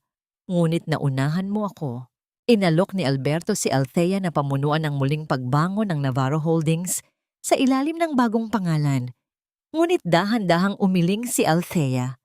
Ang kanyang mga mata ay tumingin sa labas ng bintana, kung saan ang sikat ng araw ay dahan-dahang tumatagos sa mga ulap. Salamat, Sir Alberto. Pero tapos na ako sa pagiging bahagi ng inyong digmaan. Ang boses ni Althea ay matatag, walang bakas ng pag-aalinlangan. Hindi ko kailangan ng inyong imperyo para patunayan ang halaga ko. Ibabalik ko ang Navarro Holdings sa inyo. Pero ang Althea Navarro na kilala nyo ay magsisimula ng sarili niyang landas. Isang landas na walang bahid ng puot o utang na loob sa inyong pamilya. Makalipas ang ilang buwan, isang malaking pagtitipon ang nagaganap sa isang marangyang hotel sa Makati. Ito ang Women in Leadership Gala. Naroon ang lahat ng malalaking pangalan sa mundo ng negosyo. Ngunit ang pinakainaabangan ng lahat ay ang pagtanggap ng Entrepreneur of the Year Award ng babaeng naging usap-usapan sa buong bansa. Sa isang maliit na telebisyon sa loob ng isang karinderya sa tapat ng kalsada, nakaupo ang isang lalaking marumi ang suot at may mahabang balbas. Si Renzo. Matapos siyang makalaya sa piyansa na binayaran ng isang hindi kilalang tao, wala na siyang matuluyan. Ang kanyang mga kaibigan ay tinalikuran siya at ang kanyang pera ay naglaho na parang bula. Hawak niya ang isang basong tubig habang nakatitig sa screen. Nakita niya si Althea. Ang ganda nito ay nakakasilaw. Suot ang isang gintong bestida, tumayo si Althea sa entablado sa harap ng libu-libong tao. Ang kanyang bawat salita ay puno ng inspirasyon. Ang bawat ngiti ay tunay at malaya mula sa anumang sakit. To every woman who has been told she is just a housewife or just a nobody, ani Althea sa screen. Ang kanyang boses ay umalingaw-ngaw hanggang sa kalsadang kinatatayuan ni Renzo. Your value is not defined by the person beside you, but by the fire within you. Burn so bright that they can no longer ignore your light. Napatulo ang luha ni Renzo. Sinubukan niyang hawakan ang screen ng TV, ngunit agad siyang sinita ng tindera dahil sa kanyang itsura. Lumabas siya ng karinderya, hinihingal, habang ang ulan ay nagsisimulang pumatak. Nakita niya ang isang malaking billboard ni Althea sa EDSA. Nakangiti at tila tinitingnan siya mula sa itaas. Doon niya naramdaman ang tunay na kahulugan ng pagkatalo. Hindi dahil sa nawalan siya ng pera, kundi dahil nawalan siya ng kaisa-isang taong tunay na nagmahal sa kanya. Bumalik si Althea sa kanyang dressing room matapos ang parangal. Pagpasok niya, nakita niya ang isang malaking basket ng mga bulaklak na nakapatong sa mesa. Hindi ito ang karaniwang mga rosas. Ito ay mga makukulay at matatangkad na sunflowers, mga bulaklak na laging nakaharap sa araw. Kinuha niya ang maliit na card na nakasabit sa tangkay. Ang sulat kamay ay pamilyar, malinis at may kasiguraduhan. You've always been the sun, Althea. It's time for you to shine for yourself. Julian. Isang tunay na ngiti ang sumilay sa mga labi ni Althea. Sa labas ng bintana, ang lungsod ay kumikinang. Ngunit sa loob ng kanyang puso, sa wakas ay nahanap na niya ang liwanag na hindi kailanman mamatay. Ngunit habang tinititigan niya ang mga sunflower, napansin niya ang isang maliit na bagay sa ilalim ng basket. Isang susi. Isang susing may nakasabit na address ng isang bahay na matagal na niyang pangarap. Ang maliit na cottage sa tabi ng dagat. Ang huni ng mga alon ay tila isang uyayi na nagpapatulog sa lahat ng galit na minsang lumamon sa aking puso.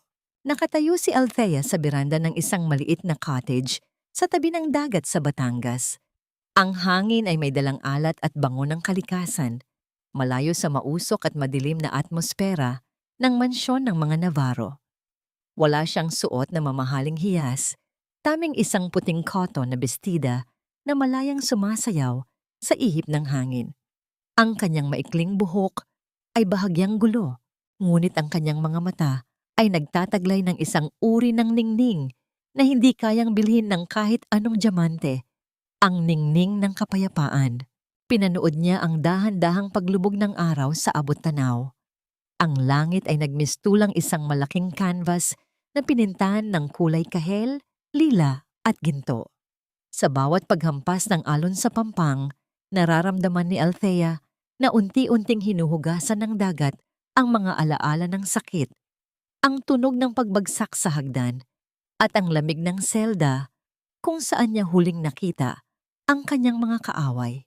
Sa kabilang dako ng bansa, sa loob ng isang madilim at masikip na selda, nakaupo si Doña Aurora sa isang sulok.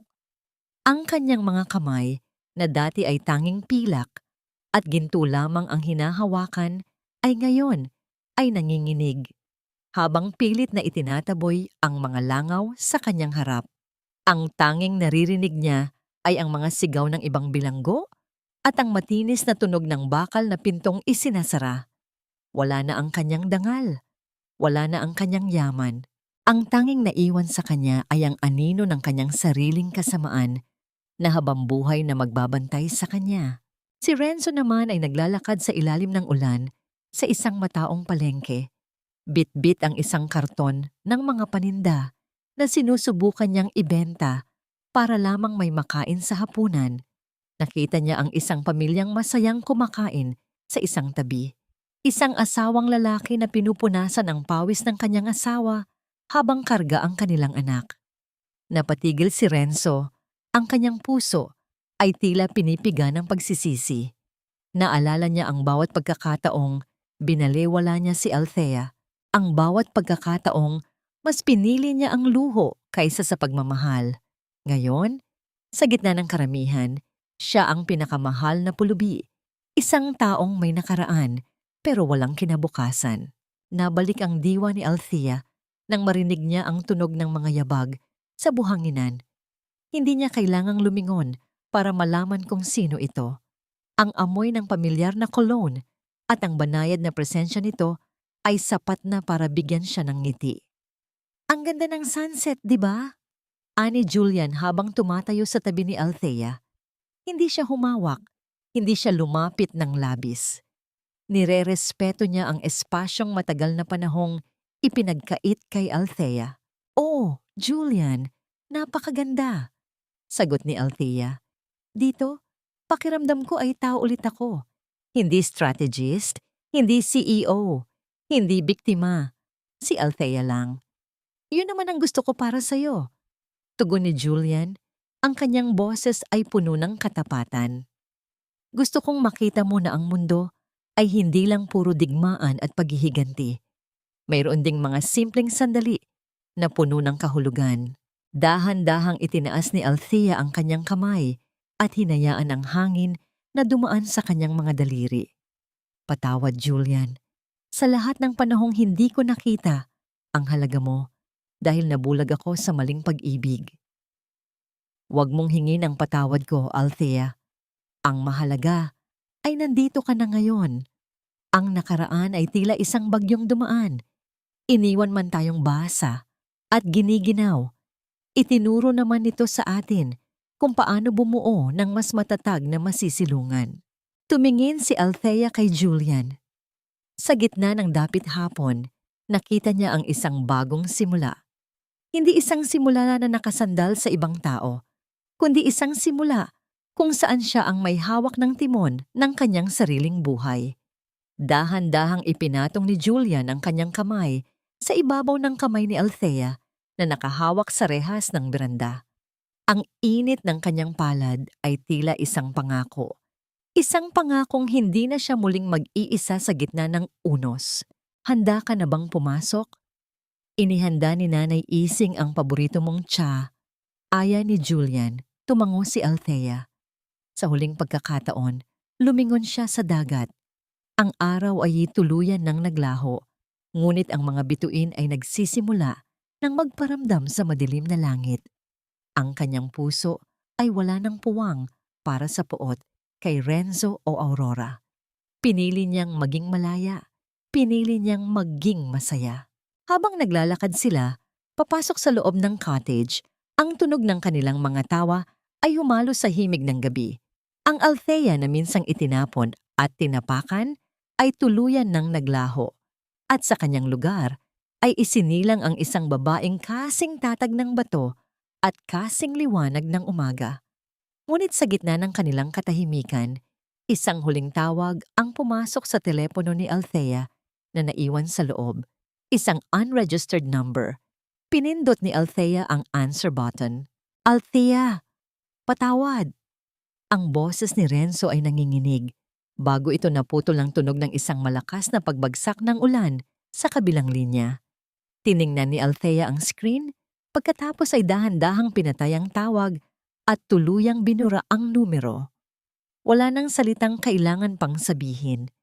Ang katahimikan, ang kanyang naging huling sagot. Isang taon na ang lumipas mula nang huling humampas ang unos sa buhay ni Althea Navarro. Ang bawat umaga sa kanyang buhay ngayon ay hindi na nagsisimula sa takot o sa amoy ng sunog na luto sa kusina, kundi sa halimuyak ng sariwang kape at ang malamig na simoy ng dagat na humahalik sa kanyang mga pisngi.